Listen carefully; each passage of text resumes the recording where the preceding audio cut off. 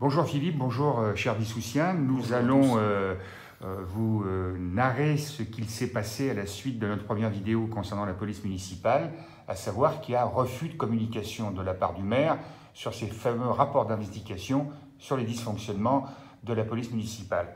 Alors justement, Philippe, pourquoi tant de mystère? Alors, pour répondre à cette question, il faut comprendre comment on en est arrivé là. Les affaires, devrais-je dire, commencent pour nous par des articles du Parisien. C'est des articles du Parisien de mai et de juin 2022 qui vont sortir l'affaire.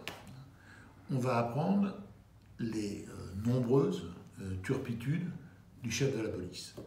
Et quand je dis nombreuses et turpitudes, on parle d'exhibition sexuelle, on parle de harcèlements moraux qui vont conduire à des burn-out, donc des dépressions de la part d'agents de la police municipale, et on parle de menaces avec armes. Révélation tellement importante et scandaleuse qu'elles vont conduire au désarmement de la police municipale. Par le préfet. Par le préfet. Dès le 1er juin 2022. Dès le 1er juin 2022. Mais c'est pas tout, ça s'arrête malheureusement pas là. On apprend aussi, quelques temps après, par un blog courageux, qu'il existe un fichage de la population de Vissou. Totalement illégal. Totalement illégal. Et un fichage, enfin un fichier qui comprend 1240 fiches, soit un tiers de la population de Vissou. Alors, bon, c'est pas la Corée du Nord, mais on commence à s'en approcher gentiment. Un tiers des foyers. Un tiers des foyers, absolument, absolument. J'ai donc appris que mon nom y figurait et j'ai porté plainte auprès du procureur de la République. Et on a appris depuis que la CNIL avait, au sujet de ce fichier, lancé donc une enquête et que ce fichier, d'après ce qu'on en sait, remonte à la fin des années 90. Donc c'est quelque chose qui se déroule sur plus de 20 ans. Et sur 3 maires. Et sur 3 maires.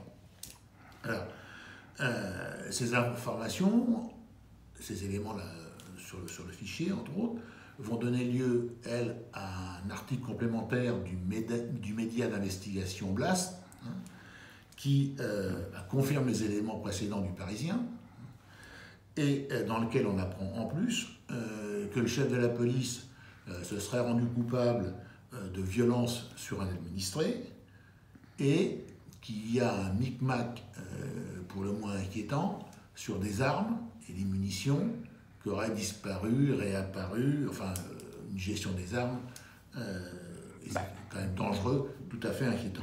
Je peux apporter une petite précision, il y en a une au moins, parce que je l'ai vue de mes propres yeux, qui avait été déclarée par le maire en 2005, disparue. Donc okay. 2005, nous sommes en 2022-2023. Donc c'est étonnant qu'une arme qui a disparu depuis 17 ou 18 ans réapparaisse. Tout à fait. Tout à fait.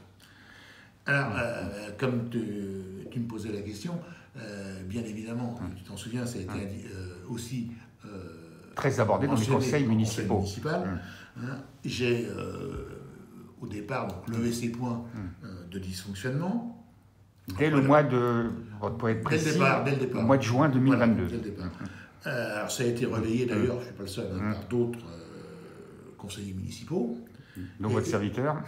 Dont toi-même, mais pas que. Donc, malheureusement tous, nous n'avons obtenu que des réponses fuyantes, voire contradictoires, enfin fuyantes et contradictoires, de la part de la mairie, alors que, je le rappelle, on parle de violence sur un administré, on parle de harcèlement ayant conduit à des burn-out sur 2 agents, on parle de menaces avec armes, on parle d'exhibition sexuelle, on parle d'un fichier illégal qui concernait donc un tiers des ménages à Vissou. Eh ben, je pense qu'on va s'arrêter là parce que la suite est malheureusement peut-être encore pire de ce qu'on vient de dire, avec des surprises, des rebondissements, mais qui ne sont évidemment pas à l'image et les intérêts des Vissoussiens. Mais nous y reviendrons. Tout à fait. Merci, à bientôt. À bientôt.